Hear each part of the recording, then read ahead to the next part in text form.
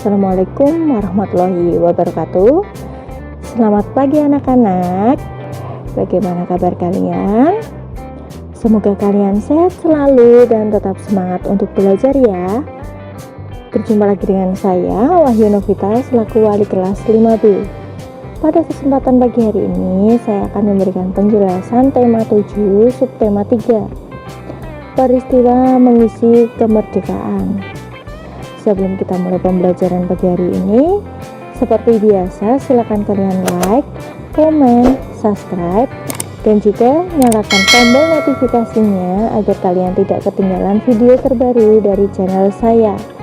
Siapkan juga buku LKS, buku tugas, dan alat tulisnya. Kita mulai pembelajaran pagi hari ini. PPKN, nilai-nilai luhur Pancasila. Gotong royong merupakan salah satu ciri masyarakat Indonesia. Masyarakat Indonesia mempunyai ciri khas dalam menyelesaikan masalah, yaitu dengan musyawarah, dan hasil musyawarah mementingkan kepentingan bersama. Manfaat gotong royong antara lain membuat pekerjaan yang berat menjadi ringan, mempersingkat waktu pengerjaan pekerjaan, menumbuhkan sikap sukarela, tolong-menolong, kebersamaan dan kekeluargaan antar sesama anggota masyarakat, menjalin dan membina hubungan sosial yang baik dan harmonis antar warga masyarakat, meningkatkan rasa persatuan dan kesatuan nasional. Prinsip yang harus diperhatikan dan dilaksanakan oleh seluruh peserta musyawarah diantaranya adanya komunikasi yang baik, santun dalam penyampaian pendapat, saling menghargai dan menghormati pendapat peserta lain, baik yang bertentangan ataupun mendukung pendapat kita. Walaupun hasil kesepakatan tidak sesuai dengan harapan kita menerima dengan ikhlas dan melaksanakan hasil keputusan dengan tanggung jawab. Toleransi merupakan sikap dan perilaku mau menerima perbedaan. Contohnya, mau menerima perbedaan saat diskusi, tidak membeda-bedakan teman saat bermain, tegur sapa dengan teman walau berbeda suku. Latihan soal untuk kalian, silakan kalian tulis soalnya di buku tugas kalian.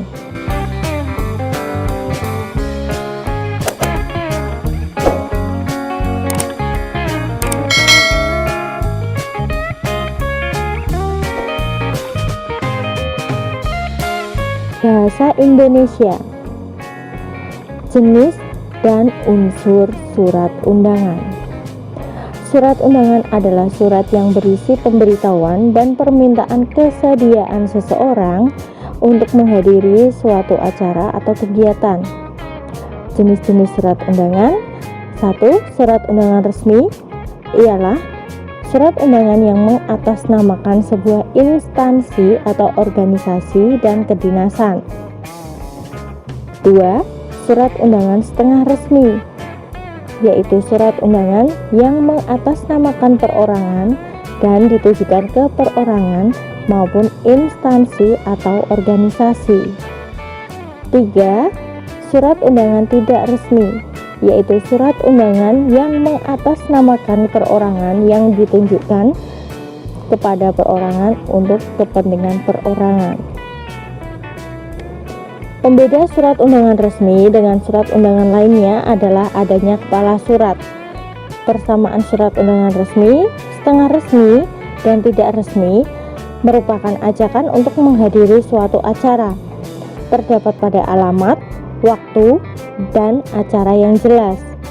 Bagian-bagian surat resmi ialah kepala surat, nama dan alamat tujuan, salam pembuka, isi surat, dan salam penutup, tempat dan tanggal surat, dan pembuat surat. Latihan soal untuk kalian. Silakan kalian tulis soalnya di buku tugas kalian. Di sini disediakan contoh jenis surat, kemudian kalian simak ya, kalian perhatikan baik-baik.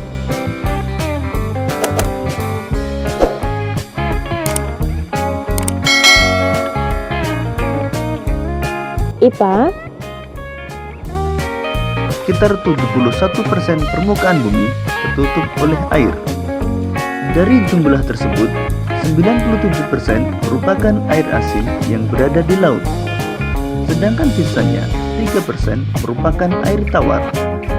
Sebanyak 2% dari air tawar merupakan es yang berada di kutub.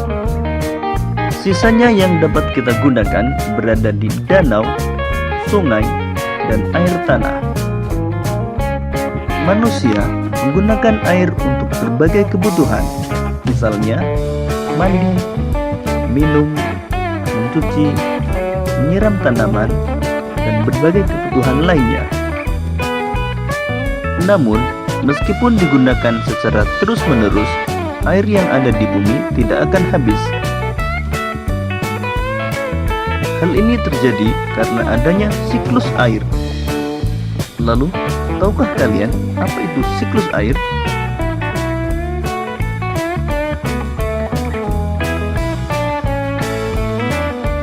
Siklus air adalah sirkulasi atau perputaran air secara terus-menerus dari bumi ke atmosfer, lalu kembali lagi ke bumi.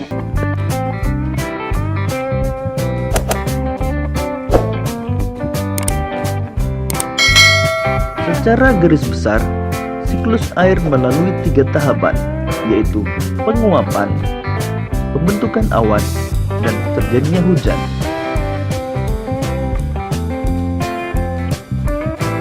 Air di laut, sungai, dan danau menguap karena terkena panas matahari. Proses penguapan tersebut disebut evaporasi.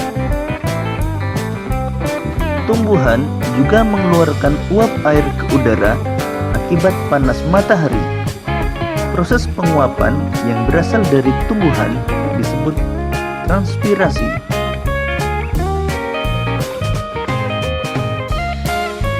Uap air dari permukaan bumi akan naik ke udara dan membentuk awan. Kumpulan uap air tersebut akan mengalami pengembunan membentuk titik-titik air. Proses tersebut disebut kondensasi. Lalu angin akan membawa awan ke daratan atau dataran tinggi. Selanjutnya titik-titik air di awan akan turun menjadi hujan.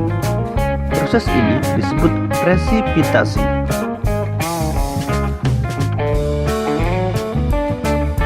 Lalu air akan mengalir ke dataran rendah dan menciptakan suatu siklus yang berlangsung secara terus-menerus.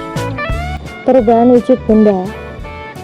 Perubahan wujud benda pada pembelajaran kemarin di tema 7 subtema 2 sudah kita pelajari ya. Di sini Ibu akan mengulas sebagian dari pembelajaran tersebut. Perubahan wujud benda salah satunya yaitu ada menyublim, mengembun, dan mengkristal. Menyublim ialah perubahan wujud benda dari padat menjadi gas. Mengembun adalah perubahan wujud benda gas menjadi cair. Mengkristal adalah perubahan wujud benda dari gas menjadi padat. Contoh peristiwa menyublim dalam kehidupan sehari-hari adalah kapur barus dalam lemari setelah beberapa hari akan mengecil bahkan menghilang. Pembentukan dry ice atau es kering. Es batu saat dikeluarkan dari kulkas akan menyublim.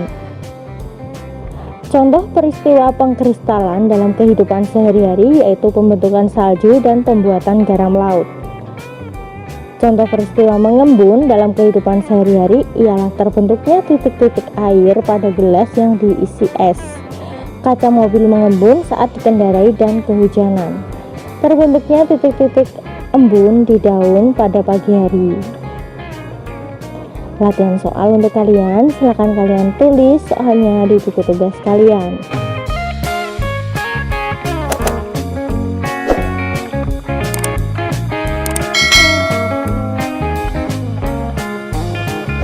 IPS, kegiatan pengisi kemerdekaan. Pancasila berasal dari kata panca dan sila. Panca berarti 5 dan sila berarti dasar. Istilah Pancasila dikenal sejak zaman Majapahit, yaitu terdapat pada kitab Nagara Kertagama karangan Pu Prapanca dan kitab Sutasoma karangan Pu Tantular. Usulan dasar negara oleh Insinyur Soekarno. 1. Kebangsaan Indonesia. 2. Internasionalisme atau perikemanusiaan. 3. Mufakat atau demokrasi. 4. Kesejahteraan sosial. 5. Ketuhanan Yang Maha Esa. Tokoh-tokoh panitia 9 ialah Insinyur Soekarno, Drs Muhammad Hatta, Mr. Ahmad Soebardjo, Mr. Muhammad Yamin, Abdul Qadir Muzakir, Kiai Haji Wahid Hasyim, Haji Agus Salim, Mr. A.A. Maramis, dan Abi Kusno Cokro Suyoso. Piagam Jakarta adalah hasil sidang panitia 9 tentang dasar negara yang didokumentasikan oleh Drs Muhammad Hatta. Cara melestarikan budaya bangsa berupa bahasa daerah, yaitu bangga saat menggunakan bahasa daerah, menghargai teman yang menggunakan bahasa daerahnya, mau mempelajari bahasa daerah lain, dan tidak menghina bahasa dari daerah lain. Cara melestarikan budaya bangsa berupa pakaian adat. Bangga menggunakan pakaian adat, misalnya anak perempuan menggunakan kebaya pada peringatan Hari Kartini, melakukan peragaan pakaian adat dari daerah lain, dan mempromosikan keindahan pakaian adat dari daerah lain. Latihan soal untuk kalian, silakan kalian tulis soalnya di buku tugas kalian masing-masing.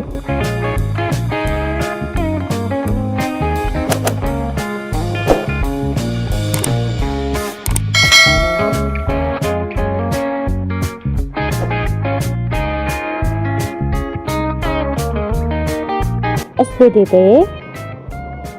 Seni rupa daerah.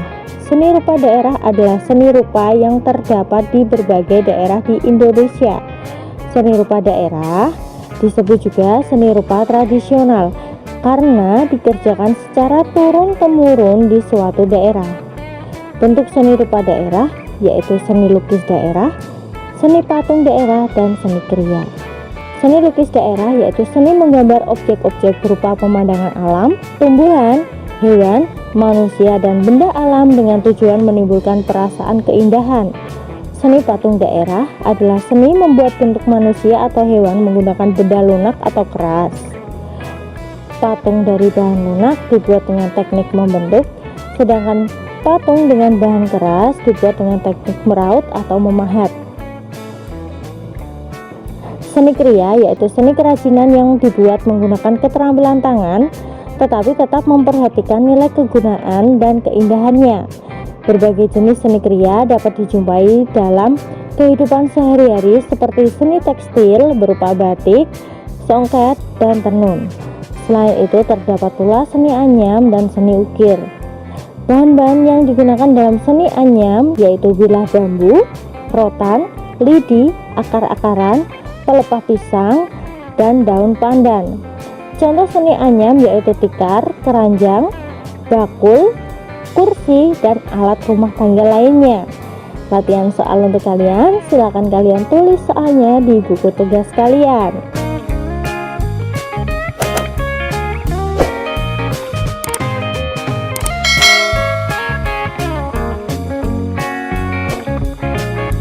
Silakan kerjakan soal-soal tersebut. Batas pengumpulannya sore ini pukul 4 sore. Cukup sekian pembelajaran dari Ibu, semoga bermanfaat untuk kalian. Sampai jumpa lagi di pembelajaran daring selanjutnya. Wassalamualaikum warahmatullahi wabarakatuh.